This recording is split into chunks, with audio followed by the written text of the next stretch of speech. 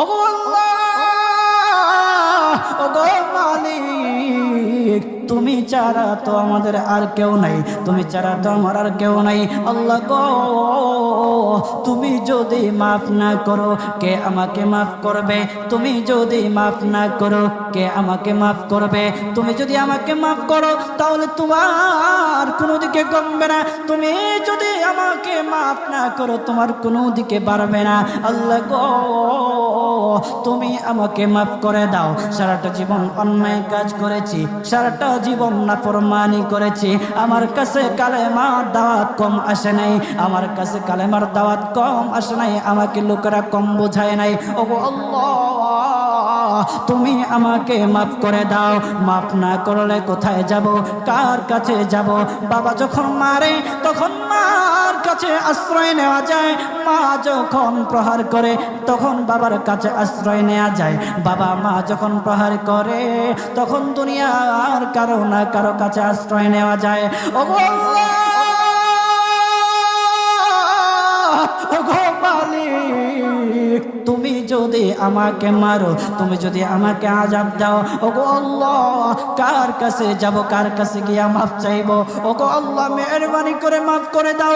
এইরকম কান্না করতেছে, কান্না করতেছে, চোখের পানি তার এমন ভাবে পড়তেছে, দাড়ি ভিজতেছে, দাড়ি ভিজে জমিনের মধ্যে চোখের পানি পড়তেছে, কান্না করতেছে। বান্দাটা কান্না করতে করতে করতে করতে আমার আল্লাহর কাছে এমন গ্রহণযোগ্যতা অর্জন করেছে, মহান আল্লাহ রাব্বুল আলামিন তার ডাকে সাড়া দিয়া তার জিন্দেগির সব গুনাহ মাফ করে দিয়েছে। হযরত মূসা আলাইহিস সালাতু ওয়াস সালামের যুগের ঘটনা। একজন বড় পাপিষ্ঠ ছিল, জীবনে এমন কোনো গুনাহ নাই যে গুনাহ সে করে নাই। তার গুনার প্রতি অতিষ্ঠ হইয়া, মানুষ তার গুনার প্রতি অতিষ্ঠ হইয়া গ্রামের লোকেরা তাকে হাত পা বেঁধে জঙ্গলের মধ্যে ফেলে দিয়ে আসে। জঙ্গলের মধ্যে থাকতে থাকে, কিছুদিন থাকার পর মালাকুল মউত যখন তার সামনে এসে উপস্থিত, এর আগ মুহূর্তে সে বান্দা আল্লাহর কাছে ডেকে ডেকে বলতেছে, ওগো মালিক, তুমি ছাড়া তো আমাদের আর কেউ নাই, তুমি ছাড়া তো আমার আর কেউ নাই। আল্লাহ গো, তুমি যদি মাফ না করো কে আমাকে মাফ করবে? তুমি যদি মাফ না করো কে আমাকে মাফ করবে? তুমি যদি আমাকে মাফ করো তাহলে তোমার কোনো দিকে কমবে না, তুমি যদি আমাকে মাফ না করো তোমার কোনো দিকে বাড়বে না। আল্লাহ গো, তুমি আমাকে মাফ করে দাও। সারাটা জীবন অন্যায় কাজ করেছি, সারাটা জীবন নাফরমানি করেছি, আমার কাছে কালেমার দাওয়াত কম আসে নাই, আমার কাছে কালেমার দাওয়াত কম আসে নাই, আমাকে লোকেরা কম বোঝায় নাই। ওগো আল্লাহ, তুমি আমাকে মাফ করে দাও। মাফ না করলে কোথায় যাব, কার কাছে যাব? বাবা যখন মারে তখন মার কাছে আশ্রয় নেওয়া যায়, মা যখন প্রহার করে তখন বাবার কাছে আশ্রয় নেওয়া যায়, বাবা মা যখন প্রহার করে তখন দুনিয়ার কারো না কারো কাছে আশ্রয় নেওয়া যায়। ওগো আল্লাহ,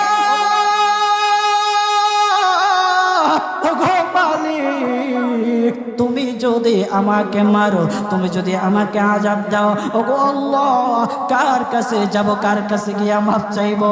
ওগো আল্লাহ, মেহেরবানি করে মাফ করে দাও।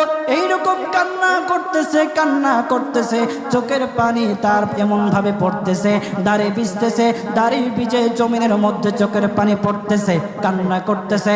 বান্দাটা কান্না করতে করতে করতে করতে আমার আল্লাহর কাছে এমন গ্রহণযোগ্যতা অর্জন করেছে, মহান আল্লাহ রাব্বুল আলামিন তার ডাকে সাড়া দিয়া তার জিন্দেগির সব গুনাহ মাফ করে দিয়েছে। ওই বান্দাটা তাওবা করতে করতে করতে করতে হঠাৎ ইন্তেকাল করে। ইন্তেকাল হওয়ার পরে হযরত মূসা আলাইহিস সালাতু ওয়াস সালামকে মহান আল্লাহ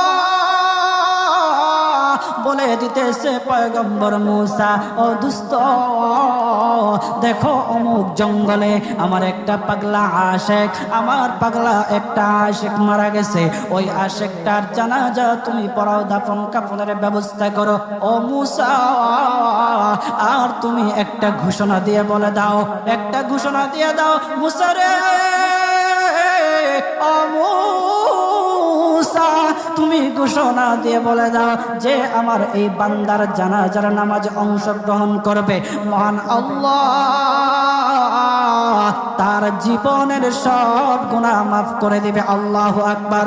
আরো জোরে বলেন না আল্লাহু আকবার, আরো জোরে বলেন আল্লাহু আকবার। হাত উঠায়া বলেন আল্লাহু আকবার, আল্লাহু আকবার। মুসলমান বাবাজি গভীর মনোযোগ। হযরতে মূসা আলাইহিস সালাতু ওয়াস সালাম একটা পাহাড়ের উপরে উঠলেন। পাহাড়ের উপরে ওঠার পর তখন ডেকে ডেকে বলতেছে, ও উম্মতেরা রে, আমার উম্মতেরা শোনো, আল্লাহ রাব্বুল আলামিন একটা সুসংবাদ দিয়ে দিয়েছে। আমার আল্লাহ রাব্বুল আলামিনের একটা আশিক একটা ওই অমুক জঙ্গলের মধ্যে মারা গেছে, ওই পাগলা আশিকের জানাজার নামাজ অংশগ্রহণ করো। যদি জানাজার নামাজ পড়ো তখন আমার আল্লাহ তোমাদের জীবনের সব গুনাহগুলি মাফ করে দিবে। কেউ যদি নিজের গুনাহ ক্ষমা করাইতে চাও, কেউ যদি নিজের গুনাহগুলি ক্ষমা করাইতে চাও, তাহলে মহান আল্লাহ রাব্বুল আলামিনের ওই পাগলা আশিকের জানাজায় অংশগ্রহণ করো। তখন লোকেরা দলে দলে জানাজায় অংশগ্রহণ করার জন্য দলে দলে গেল, জানাজার নামাজ আদায় করলো।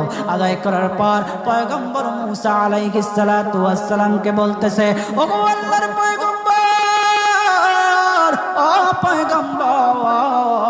যারা জানাজায় অংশগ্রহণ করার কারণে মহান আল্লাহ তার জীবনের সব গুনাহ মাফ করে দেবে।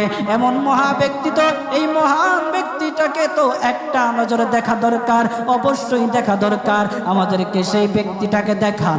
তখন মূসা আলাইহিস সালাতু ওয়াস সালাম বলতেছে, ঠিক আছে তোমাদেরকে দেখানো হবে। তখন যখন দেখাতে গেলেন, দেখানোর সাথে সাথে লোকেরা বলল, পয়গম্বর আপনি কি বলেন, এই লোকটাকে তো আমরা ভালো করে চিনি। ওই লোকটা বড় পাপিষ্ঠ ছিল, বড় অন্যায়কারী ছিল, বড় জুলুমকারী ছিল। ওগো পয়গম্বর, সমাজে এমন কোনো গুনাহ নাই যে সে করে নাই। সমাজে সব গুনাহ করেছে, সমস্ত গুনার সাথে সে জড়িত ছিল। সে জড়িত ছিল, তার গুনার কারণে, তার গুনার কারণে আমরা অতিষ্ঠ হইয়া তার হাত পা বেঁধে আমরা তাকে জঙ্গলের মধ্যে ফেলে দিয়ে আসি। এই পাপিষ্ঠ বান্দা আল্লাহ তাআলার বড় আশিক হতে পারে কিভাবে? আল্লাহ তাআলার প্যারা হতে পারে কিভাবে? পয়গম্বর মূসা আলাইহিস সালাতু ওয়াস সালাম আল্লাহর কাছে ডেকে ডেকে বললেন, আল্লাহ লোকেরা কি বলতেছে আর তুমি কি বলো? ওগো আল্লাহ, এর সমাধান কি? এর সমাধান কি? সমাধানটা তো তুমি দিয়ে দাও। আল্লাহ রাব্বুল আলামিন পয়গম্বর মূসা আলাইহিস সালাতু ওয়াস সালামকে সমাধান দিয়েছে। বলতেছে, ও মূসা দুষ্ট রে, ও দুষ্ট, তারা যা কথা বলেছে, লোকেরা যে কথা বলেছে সত্য বলেছে। আমি আল্লাহ যা বলেছি তাও সত্য বলেছে। ও পয়গম্বর মূসা, তারা যা বলেছে সত্য বলেছে। ওই বান্দা বড় পাপিষ্ঠ ছিল, ওই বান্দা বড় অন্যায়কারী ছিল, কিন্তু শেষ বয়সে আইসা তার হাত পা যখন বেঁধে, তার হাত পা বেঁধে যখন লোকেরা জঙ্গলের মধ্যে ফেলে দিয়ে আসলো, তখন সে আমার কাছে এমন ভাবে কান্নাকাটি করা শুরু করে দিয়েছে, এমন ভাবে তওবা করা শুরু করে দিয়েছে। আমি আল্লাহ তাআলার এত দয়া, আমি আল্লাহ তার ডাকে সাড়া না দিয়ে পারলাম না, তার ডাকে সাড়া দিয়ে দিলাম। ও মূসা, সে তাওবা করার সময় যদি সবার জন্য সে তাওবা করত, যতজন লোকেরা বেঁচে আছে, যতজন উম্মতেরা আছে, যতজন লোকেরা আছে, সমস্ত লোকদের জন্য যদি সে আমার কাছে তাওবা করত, আমি আল্লাহ তার তাওবা মুহূর্তের মধ্যে কবুল করে সমস্ত বান্দাদেরকে মাফ করে দিতাম। সুবহানাল্লাহ জুড়ে বলেন।